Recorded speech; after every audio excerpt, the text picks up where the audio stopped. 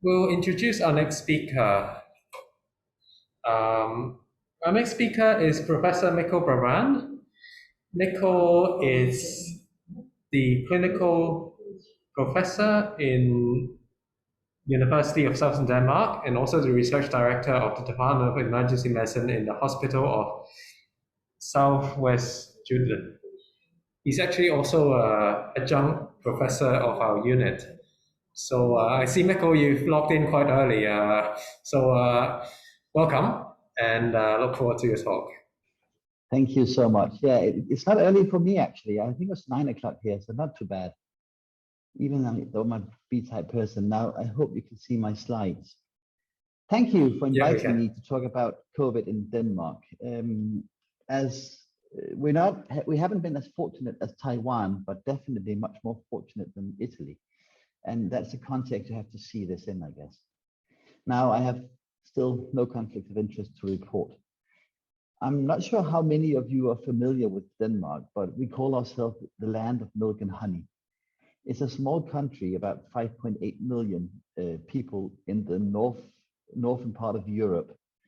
Not quite as far away from Hong Kong as you can possibly get, but quite far anyway. It's extremely heterogeneous. They more or less all look like me.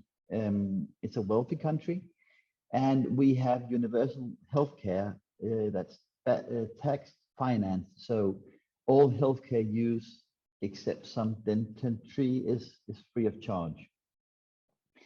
Now, the Danish healthcare system is very much focused on general practice. So every Dane is assigned a general practitioner that is their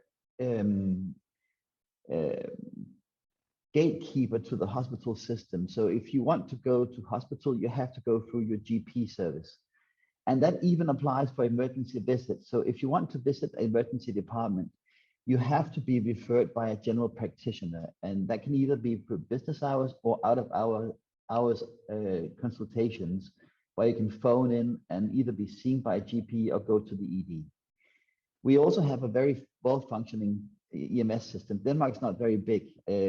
Actually, well, if you look at the map over here, the small dot in the middle, that island, is about the size of Hong Kong. So we're of course bigger than Hong Kong, but still a small country by European standards, and have a well-functioning 3 or 4-tier EMS system, depending on how you look at it.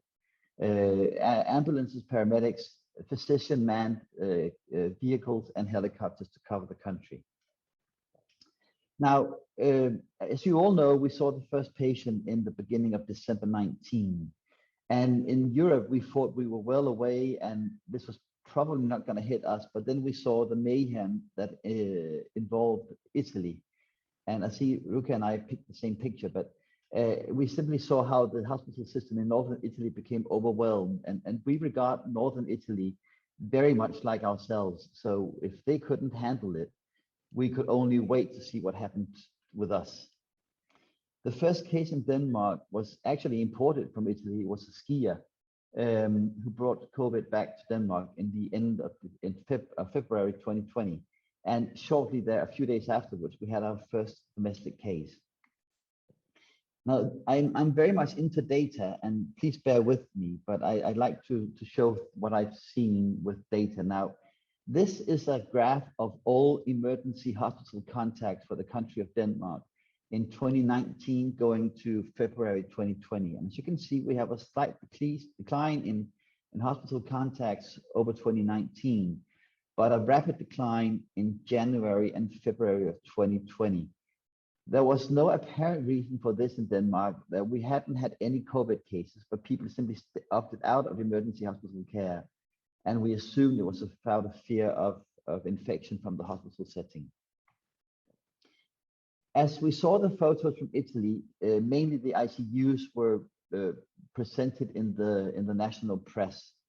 And a group here then decided to look into how the Danish ICUs prepared for the COVID entry to Denmark. And they looked at the bedding or the number of patients in the ICUs in Denmark, the age, the comorbidity burden, and treatments prior and during intensive care. And apparently there was no change until we saw a drop. Now the gray area is shelter at home. That's basically when the country shut down. So up until the country shut down, intensive care units kept business as usual, and apparently believed they were ready for whatever hit us, and they turned out to be quite right. Now, then in March, things started happening. On the 6th of March, we were recommended to keep our social distance. We are a very close population. We like to hug and kiss and shake hands, and therefore this was unnatural to us. On the 11th of March in the evening, our Prime Minister shut down the country. She basically told everyone to shelter at home, work from home, schools were closed, just stay in your house and don't go out. And they also shut down all planned healthcare. On the 14th, they closed the borders, and on the 18th, they shut down all non-vital shops. Now, what we saw in the emergency department was very surrealistic because we had no patients. We basically sat around drinking coffee with nothing to do. However, when we looked at the numbers, we could see a surge in patients again. So people started returning to the emergency department, but this was not something we could see in the units, and we couldn't quite understand what happened. What turned out to happen was that we did see an increase in patients, but they were not with us, they were seen elsewhere. Now, these are data just been accepted to B&J quality and safety, and data on presentations to the Danish healthcare system, emergency patients. The solid line is 2020, the dotted line is a mean of number of patients from 2017 till 2019, and the grayed out areas are during the shelter at home period. These are for the first 7 weeks. And as you can see in the A graph, we had a small decline at the beginning of the shutdown, and then suddenly it resurged back to above normal levels, and then fluctuated a bit. Now, these are all patients coming to the Danish emergency care system. But if we took out the ones with suspected COVID and only focused on the rest of the patients, our feeling was completely right. We had no patients left. So we did have time for coffee and didn't see any patients. This is for non-psychiatric and this is for psychiatric care, and they saw the same but still remained busy. Now, why did this happen? Well, one reason was that we canceled all planned activities in the hospital setting, but also people were reluctant to seek help. They wouldn't want to go to the doctor or the GP or to the emergency department out of fear of getting infected. Also, they didn't want to burden the system. And lastly, many of our GPs simply stopped seeing patients that could in any way, shape or form be infected with COVID. So they simply refused to see them, and they sent them to the emergency department. And because of this surge in patients, we had to come up with an alternative solution. So we built these tent cities in front of the hospitals where we actually saw any with suspected COVID prior to arrival to the hospital. Now, in the emergency department itself, it was business as usual, of course, with a lot more personal protective equipment than before. But otherwise, we kept the unit running as we've always had, so everything worked according to plan. These are the numbers for what I basically showed you on the graphs. We saw a 30% decline in patients, excluding the COVID patients in the non-psychiatric setting, a 30% in the psychiatric setting, and a 20% at max reduction in patients overall when we even included the COVID-19 suspected patients. So we did actually take quite a hit. When this happens, you could worry about people dying. Now, Denmark has a very strong tradition for registrars, and we have a registry for basically everything nationwide, and we all have an ID number so we can track anyone anywhere. So we looked into the mortality, the background mortality more or less for the entire nation. And we did, for 6 of the 7 weeks we followed after the shutdown, see an increase in population mortality of about 10 to 20%, including COVID-19. But when we excluded the COVID-19 related patients, we only had 2 out of the 7 weeks that had a slight increase in population mortality. So more or less, we rode off the storm for the first wave without excess mortality nationwide. Now then what happened? Well, can I get, no, hang on, sorry. Then in April, we started reopening the country. The restaurants remained closed, but only open for takeaway. They started to open the borders. People were back, children were sent back to school. And in the beginning of April, the government actually came out and said, you have to remember to seek help if you need help. The healthcare system is open and they will seek you. Then healthcare reopened for planned activities and they started to open up the shops. And as you can see here, we then saw again an increase in emergency contact nationwide. In May, everything was fine. They reopened outdoor activities, reopened malls, churches, even opened some borders.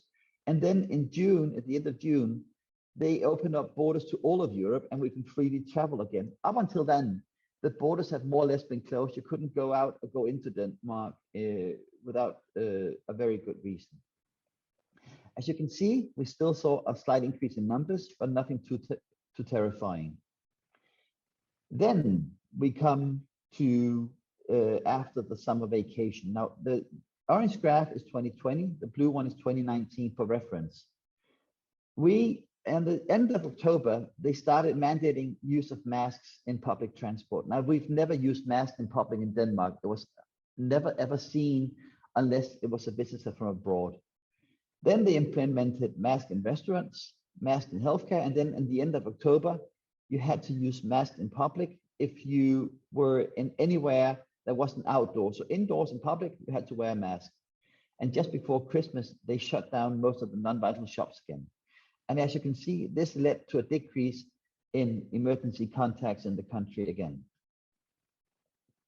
Now, as Kevin alluded to, we haven't been very hardly affected in Denmark. We've had 246,000 infected and a case fatality, 2,500 fatalities and a case fatality rate of about 1%. We've done a lot of tests. We have PCR available basically on a walk-in basis nationwide. We've done 26 million tests. And out of our 5.8 million inhabitants, we've tested 4.7 million. So only kids haven't been tested yet. The curve over here are hospital admissions. The blue line are nationwide admissions to hospital. The green line is intensive care admissions, and the gray line is on ventilators. And as you can see, we've basically had two waves in Denmark, and we're now coming out of the big second wave. Interestingly enough, there's been a big difference countrywide. Now, we've got 5 regions in Denmark, and the capital region of Copenhagen is by far the largest, and that's the one in yellow here. And as you can see here, they have taken by far the hardest hit of all the regions in Denmark. And that's also what we saw clinically. And their healthcare system was pushed, but not pushed beyond its boundaries. So they still could keep up and had some capacity left. And what about people who were admitted? There have been 2 studies published in Denmark. And basically, we have a higher mortality if you're male, and especially if you're an old male, 85 or above. And especially if you have an old male with comorbidities. Now, some colleagues from my university then did a study looking into the first 11,000 COVID patients. And as you can see here, we have the test positives in green, mainly the middle-aged and positive, the hospitalized in yellow, a little bit more old, and the fatalities in red, mainly in the old. And if you look over here, you have the risk factors for mortality, comorbidities, and age, and the more comorbidities and the higher the age, the higher the risk of fatality in Denmark. Now, we have these registries so we can look into different diagnoses, and we've had reports about diabetes being more prevalent in COVID. So we've run the numbers for diabetes, emergency diabetic contacts nationwide, again, orange 2020, blue 2019. And as you can see, in the beginning of the year, there was no difference, but at the end of the year, we have seen an increase in diabetic emergency contacts. Why this is, we're not quite sure yet, but we are looking into it along with our endocrinologist colleagues. Migraine is another area that would be interesting, because either you'd suspect people who are shut down and safely at home would either become stressed from being at home or stressed from not being at work. But apparently migraine hasn't had any effect from the COVID pandemic at all, and everything seems normal. Now, a group from Copenhagen, from the capital, have looked into stroke and TIAs. And as you can see here, we have stroke and TIAs combined on a weekly basis, and this was a shutdown here in week 11. 4 weeks after, there was a significant decrease in strokes and TIAs in Denmark. And if you look at the data for ischemic stroke, hemorrhagic stroke, and TIAs, it was carried mostly by ischemic and TIAs, while hemorrhagic strokes were stable. Luckily, there was no mortality effect, so the mortality didn't increase, even though the strokes were, or luckily, I guess, mortality wasn't affected. There's also reports about pulmonary emboli being prevalent in the COVID patient as well. And we have seen a little increase in pulmonary emboli, but not a significant increase during 2020. Many countries reported a decrease in STEMIs and ACS patients during COVID pandemic, and a Danish group looked into this in Copenhagen. Now, the red dotted line here is 2020. The blue solid is an average from 2017 to 2019. And this is a shutdown area at shutdown time again. As you can see, we had a decrease in ACS patients just around the shutdown, but this quickly normalized. And when we look at it on a yearly basis, there's no difference between the prior years and 2020. Again, we could expect status Americas to be changed because people stayed at home. There wasn't much of a change, a little, but not much. Now, this is interesting. We've seen a 20% decrease in emergency contacts due to peptic ulcers. And this was during the first initial social distancing period, and this was when masks were mandated. Why this is, I'm not quite sure, but I find it very interesting and something we want to pursue. Appendicitis. Well, we were worried in the first wave what happened to all the patients who didn't have COVID. Where would they go? Were they at home being sick, or would they still come to hospital? And apparently appendicitis still came to hospital. Gout is not big in Denmark, but I know you see a lot of gout patients in Hong Kong, and therefore I just ran the numbers for gout. And unfortunately, apparently a COVID-19 pandemic doesn't protect you from having gout attacks. Now, one of my worries would be that people would be depressed when we isolated them at home, and therefore we'd see a surge in poisonings or suicide attempts. And luckily, we haven't seen it. These are poisoning with mild analgesics like paracetamol or NSAIDs. And as you can see, there is no increase in 2020. So luckily, it seems like we haven't had that increase. But now we're having reports of people increasingly reporting here with poisoning attempts. Now, we've never had a natural experiment like this where we socially distance the population in Denmark or wore masks. And therefore, it would be interesting to see what happened with infections. These graphs are emergency contacts with infections in Denmark on a national level. Again, orange 2020, blue 2019. And we've had a 26% overall drop in infections in Denmark during the pandemic. So something has happened from the social distancing and from the masks. And when you go into the different pathogens, it's very obvious that it's the ones that contaminate through aerosolation or a droplet spread that decrease, while the endogenous one like appendicitis hasn't had any effect at all. As I said before, we have a very strong focus on GPs, and the GPs are the gateway to the hospitals. So I looked at what happened in the GP settings with infected patients, and these are the reimbursements for C-reactive protein measurements in the general practice. And as you can see, especially in April, usually it was about 150,000 C-reactive proteins per month measured with the GPs, and this goes down to below 50,000. So they hardly saw any infected patients at all. And what about other patients? Well, these are physical contacts where we're seen in the surgery, and that went significantly down during the first wave of the pandemic. And instead, we had a huge increase in virtual contacts where people either phoned in, had a video consultation, or an email consultation. But at the same time, when you look at what happened to the hospitals, as the physical contacts with the GPs went down, the physical contacts with the emergency system went up. So basically, the parallel shifted their patients to us. Now, lastly, what about healthcare? How dangerous was it for us? We never ran out of personal protective equipment. We had what we needed at all times, and therefore we shouldn't be affected to a high degree. Now, on the right-hand side, you have data from Copenhagen, where the purple columns are blood donors, or basically representatives of the background population or the general population. The blue ones are healthcare workers, the red ones are frontline healthcare workers, and the green ones are healthcare workers working on COVID-19 wards, either with AGM, IgG, or both antibodies in their blood. And as you can see, frontline workers and COVID-19 workers were heavily affected in Denmark, even though we had the equipment we needed. Now, this is a study that's very interesting from the central region in Denmark, around Aarhus, which is our second largest city.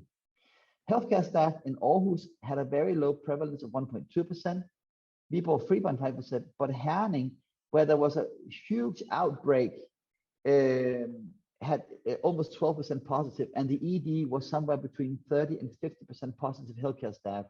So that was very worrisome to us. Now, in conclusion, we've had huge changes in the healthcare system, especially on the emergency side. GPs basically opted out of seeing patients, especially if they were infected or suspected infected. And we've had patients coming to us that the GP wouldn't see with 8 or 9 negative PCR tests. So we had to take over and establish these frontline clinics. We've seen some odd variations in some of our diagnoses, but a very strong reduction in infections. And even though we're getting back to normal, we're not quite there yet, and we hope to recover soon though. Thank you. Thank you, Mikkel, for sharing all that data. I mean, it's always fascinating to see the registry in Denmark because it's got such a good system and rich data for analysis. I think that shows us how EM, emergency medicine, and public health are linked so tightly.